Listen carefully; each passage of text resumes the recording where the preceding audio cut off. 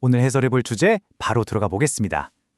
요즘 시장 보면 진짜 두 개의 완전히 다른 계절이 공존하고 있다는 생각이 들죠.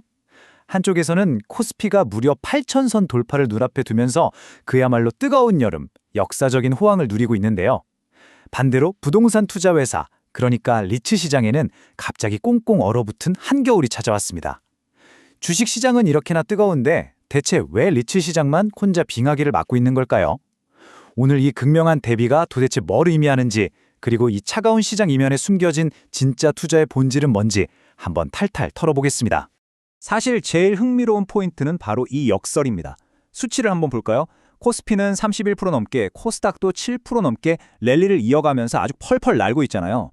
그런데 정작 아주 든든한 우량 오피스들을 담고 있는 KRX 프라임 오피스 리츠 지수는 마이너스 10.62%라는 뼈아픈 급락을 기록하고 있습니다. 원래 주식시장이 막 흔들릴 때 그래도 리츠는 중위험 중수익이지 하면서 피난처로 생각하셨던 분들 많으실 텐데 지금은 오히려 정반대 상황이 벌어지고 있는 거죠.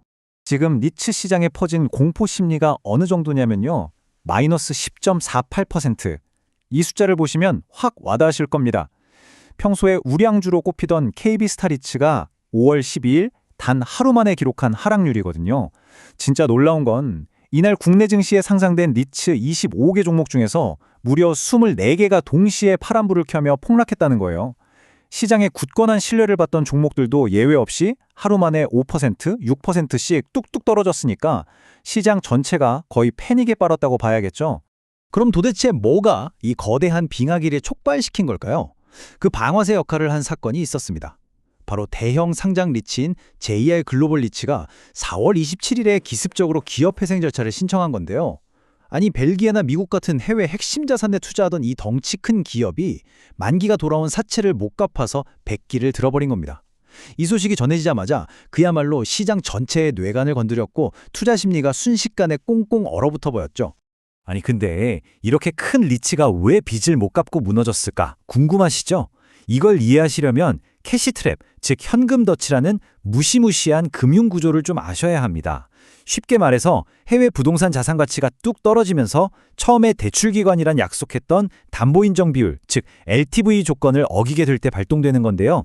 이 조건이 딱 깨지는 순간 채권자인 은행들이 위험한데? 하면서 리츠의 현금 흐름을 아예 꽉 묶어버리는 겁니다. 한마디로 돈줄을 완전히 동결시켜버리는 구조적인 메커니즘이죠. 이게 어떤 식으로 도미노처럼 무너지는지 흐름을 한번 짚어볼게요. 첫째, 해외 자산 가치가 떨어집니다. 둘째, 가치가 하락하니까 대출 약정에 걸려있던 LTV 조건이 깨집니다. 셋째, 채권자들은 돈을 떼일까봐 담보력을 보호하려고 리츠 안으로 들어오는 현금을 자기들 선에서 꽁꽁 묶어버리죠. 결국 마지막 넷째, 건물에서 매달 꼬박꼬박 들어오는 임대료 수익조차 주주들한테 배당금으로 한 푼도 지급되지 못하는 최악의 악순환이 완성되는 겁니다. JR 글로벌 리츠가 바로 이 덫에 제대로 걸려든 거고요. 자, 다음으로 7번째 섹션, 리츠 시장 옥석 가르기입니다. 사실 지금 이 위기가 아주 잔인하긴 하지만 한편으로는 시장을 확실하게 갈라놓는 필터 역할을 하고 있습니다. 모든 리츠가 다 망하는 게 절대 아니거든요.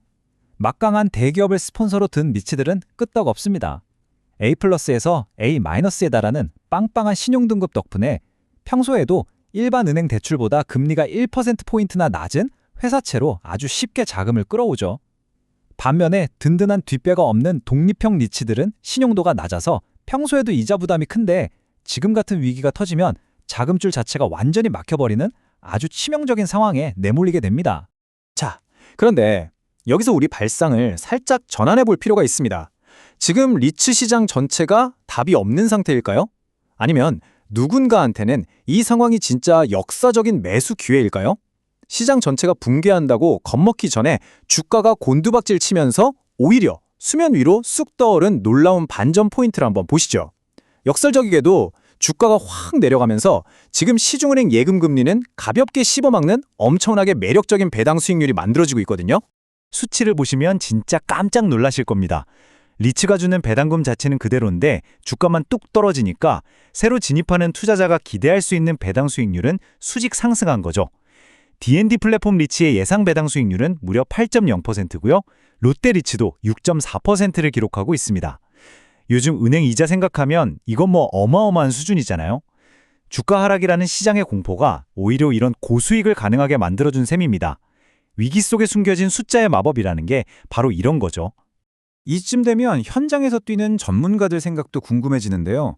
삼성증권 대체투자팀의 이경자 팀장은 이번 사태에 대해서 선을 확실히 그었습니다. JR 글로벌 리츠 이슈는 환율이나 가치화의 리스크에 대한 대비가 미비했던 예외적인 상황일 뿐이다 라고 말이죠. 그러니까 이거 하나 터졌다고 리츠 업계 전체가 썩어 들어간다고 과장해서 해석할 필요가 없다는 겁니다. 오히려 앞으로는 자금 조달 능력이 확실히 검증된 상위 1티어 우량 리츠들 중심으로 아까 말씀드린 옥석 가리기가 훨씬 더 빠르게 진행될 거라는 예리한 분석인 거죠. 실제 팩트, 근본적인 데이터만 봐도 국내 리츠 시장의 기초 체력은 꽤 탄탄합니다.